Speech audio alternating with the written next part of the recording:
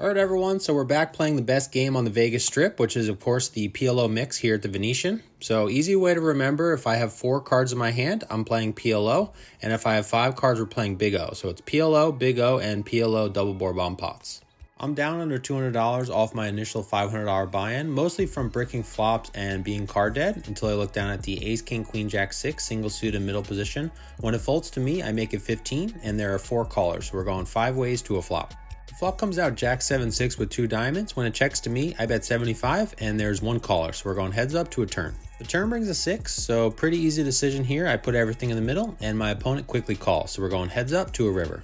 The river brings a 10, so it shouldn't really change anything here. I turn over my hand, and my opponent turns over his. He shows the 9-7-6-4-3, so he also filled up on the turn and luckily bricked his low draw, and we get a much needed double up here. Shortly after the previous hand, I look down at Ace 9-7-7, single suit in the hijack. Folds to me, I open a 15, and there are 4 callers. So again, we're going 5 ways to a flop. The flop comes out Jack 8-6 with 2 hearts, so we flop the nut flush draw, open-ended straight draw, and actually an open-ended straight flush draw as well. Checks to me, I bet 55, and only Larry, who's the same opponent from the previous hand, makes the call. So we're going heads up to a turn. The turn brings a deuce, so no help to us, but with this big of a draw, I just gotta continue putting the pressure on. So I size up this time to 185, and Larry doesn't waste too much time before making the call. So again, we're going heads up to a river.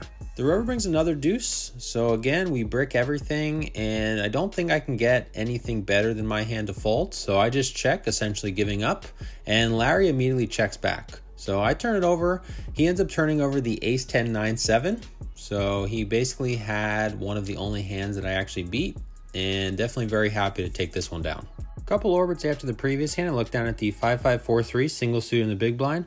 Folds to Bob, who makes it 15. The small blind calls, and I also call. So we're going 3 ways to a flop. The flop comes out Ace 8 deuce rainbow. Checks to me, I check. Bob C bets for 45. The small blind folds, and I make the call. So going heads up to a turn. The turn brings a 3 of spades. I check. Bob then bets 120. I think a bit and make it 400, and Bob quickly folds. So unfortunately didn't get any more value with the wheel, but happy to take down another pot. About an hour after the previous hand, I look down at the Ace Queen 6-4 single suit in a straddled pot. We go 4 ways, $10 each, to a flop of 6-5 deuce with 2 hearts. There's currently $120 sitting on the button, which obviously I'm eligible to win this hand, being that I'm in the small blind. So I lead out for 40, and there are 2 callers, so we're going 3 ways to a turn. The turn brings a king of spades. I check this time, over to Rod in the big blind, who bets the full pot of 160. The late position player calls, which prices me in, especially when you consider the 120 on the button. So I make the call as well, and we're going 3 ways to a river. The river improves our hand with the queen of diamonds, although it's not what we were looking for. I check. The big blind puts his last 25 in the middle. The late position player calls, and it's probably a donation, but for 25 bucks, I also make the call. And the big blind turns over the Ace 9-4-3. So he flopped the straight, had the flush blockers as well, and Rod's going to take this one down. I go card dead for a while. This hand is over 2 hours after the previous one when I look down at the Ace Ace Jack 7-4 double suit in the big blind. There are 4 limpers. I make a 15, and all 4 players make the call, so we're going 5 ways to a flop. The flop comes out Ace Queen 9 with 2 hearts. The small blind bets out 75, leaving himself 75 behind.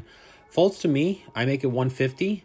Folds back to the small blind player, who makes the call, so we're going heads up to a run out. Turn brings a 6 of diamonds. River brings 9 of clubs. Looks to be a pretty good runoff for us. I turn it over, and we're good. He says he had a combo draw on the flop, and happy that we dodged it all here. 20 minutes after the previous hand, now about 5.5 hours into the session, I look down at the Ace Ace 8-3 deuce, single suit in the cutoff. There are a couple limps. I make a 25, and there are 3 callers, so we're going 4 ways to a flop. Flop comes out 10-7-5 rainbow. Checks to me, I bet 100. Over to Chris, who has 315 left. He puts everything in the middle. Folds back to me, and I make the call. So we're going heads up to a run out. The turn brings another 5. The river brings the queen of hearts. So looks to be a pretty good run out for us. I turn it over, and Chris ends up turning over the Jack 10-9-8-5. So he fills up on the turn, and he's going to take this one down here. All right, everyone. So the next meetup game is coming up October 18th. That's a Friday from 2 to 10. We're playing the same 3-game mix we've been running, which is PLO, Big O, and $10 double board bomb pots. This time it's a 5-5, which overall is really just a better, smoother game. One advantage is we don't have to play the extra dollar chips on the all-ins. Also, it's now a timed rake, and everyone's really been loving it a lot better since we've been running it the last couple weeks. So if you're interested in getting on the list, just shoot me a message. I'll put my number up on the screen, and hope to see you guys out there, and let's get back to the video. In orbit after the previous hand, I looked down at the King, Jack, Jack 6 single suit in the small blind.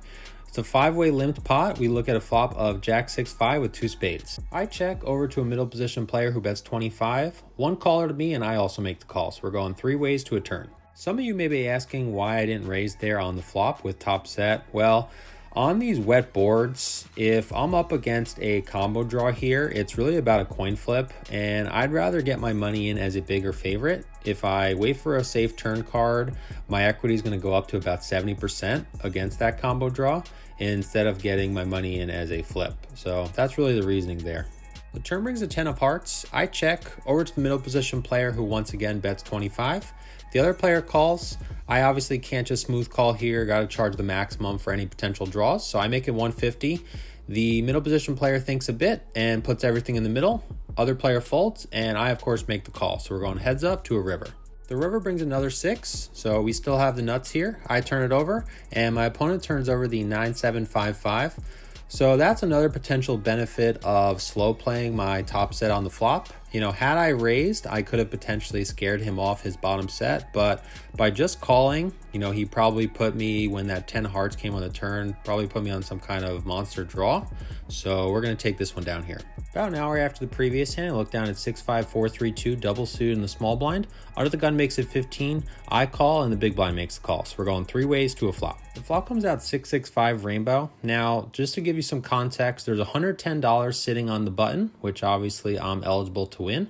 And so for that reason, I decided to lead out for full pot, as I'm not really going to be given too much credit given the dynamics of the small blind jackpot. So I lead 45. Steve and the big blind make the fold, and the undergun player makes the call. So we're going heads up to a turn. The turn brings a jack of clubs, so I continue telling the story that I might be bluffing, just trying to pick up the small blind jackpot, and bet 135. And the undergun player thinks a bit and makes the call. So still going heads up to a river. River brings a 9. Shouldn't really change anything. Once again, I put my opponent on a pretty strong ace deuce X, combination, something like that. So I should still have the best hand here, but obviously want to make it look like a bluff. So I bet 400, and hopefully I can get a crying call.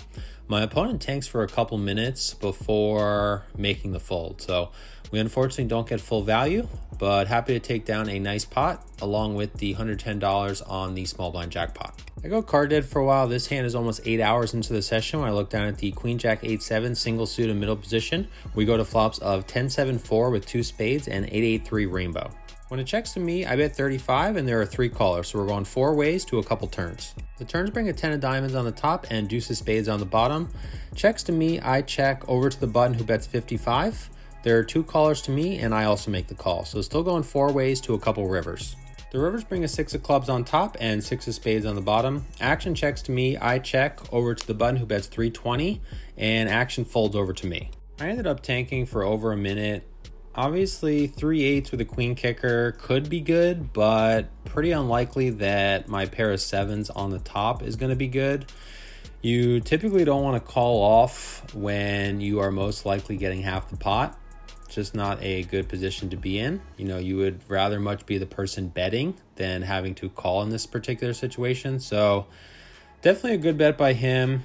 I ended up folding, and he didn't show his hand, but he told me he had ace king 8-3. So he actually was full on the bottom, and my pair of 7s would have won half the pot according to what he said. So good bet by him, and he's going to take it down. Shortly after the previous hand, I look down at Jack 9 8-3 single suit in the big blind. We go to flops of 8-8-6 rainbow and Jack 10 deuce with 2 hearts. Josh is in the small blind. He bets 20. I make the call, and another player behind makes the call. So we're going 3 ways to a couple turns. The turns bring a 5 of spades on the top and Jack of hearts on the bottom. Josh this time leads for the full pot of 140. And although I now have trips on both boards, the top board brings in a straight and the bottom board brings in the front door flush. Plus I have a player behind me that has about 450, so it would be kind of a gross spot if I called the 140. He ended up shoving, and then Josh either called or reshoved over the top. So that's what went through my head here when I decided to fold, and the player behind ended up quickly folding as well. So Josh is going to take this one down. Shortly after the previous hand, we're now over 9 hours into the session when I look down at 7-5 deuce deuce, single suit in the big blind. Fold over to Josh, who makes it 15, and I can't just fold that easy and give him the $60 sitting on top of the button for the small blind jackpot. So I make the call, and we're going heads up to a flop. The flop comes out 10-8-6 rainbow, and even before the flop was dealt, Josh bet the blind $30 pot. So I make the call here, and we're going heads up still to a turn. The turn brings the queen of spades. This time Josh checks. I bet $60, as obviously I can't win the pot any other way, and unfortunately he makes the call, so still going heads up to a river. The river brings another queen and the queen of clubs. Josh checks once again, and of course I can't win here with a pair of deuces, so I have to continue telling the story and bet 110 to try to make it look for value. And Josh turns over the 9-7, and then I'm going to play the audio of what happened next.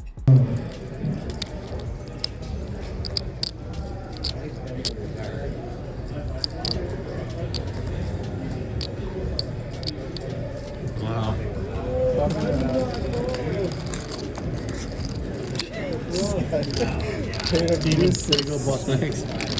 That is defense. You deserve the button. He's like, I wanted to fold. He shows the 7-9 and you're like, he's not folding this. Or you think he was going to fold it? Well, no, I gave him the other small blind jackpot before, so I couldn't give him that one. I thought when he showed it, he was calling. That's not the hand he wanted to see. He wanted the 10-8. That's when having a tight image helps stays off. Yeah. He's snap calling that against anyone else. I just love betting in the dark, and when you call, I'm like, And he flopped the nuts. He's either got 5-7 or 9-jack. The very next hand, I look down at Queen Jack 10-6 single suited in the small blind. Folds to Josh, who tilt raises to 15. I make the call, and Steve in the big blind makes the call. So we're going 3 ways to a flop. The flop comes out 8-7-3 all spades. I check, Steve checks, and Josh checks through as well. So still going 3 ways to a turn. The turn brings a pretty good card for us in the 9 of spades. I check, Steve now bets 25, Josh makes the call, and I don't really see any point of doing anything here besides calling. So that's what I do, and we're going 3 ways to a river. The river brings another 9 in the 9 of hearts. I check, Steve checks over to Josh, who tilt bets 120. And this hand could not have played out any more perfectly. Obviously, the previous hand, I ended up getting the bluff through, so I'm not really going to be given much credit here with the straight flush. So I'm just thinking of an amount to bet, and I settle on 400. Over to Steve, who surprisingly ends up thinking a little bit about this call before unfortunately folding. Back over to Josh, who ends up turning over the 9 of diamonds before mucking the rest of his hand. So we unfortunately don't get any more value from our straight flush, but happy that we induced the bluff and take down a decent pot. What's up, guys? Wayne back here with you. So today I was in for 900, out for 750, so loss of 150. If you haven't seen the previous video, I'll go ahead and link it up here, and I'll see you guys in the next one. Take care.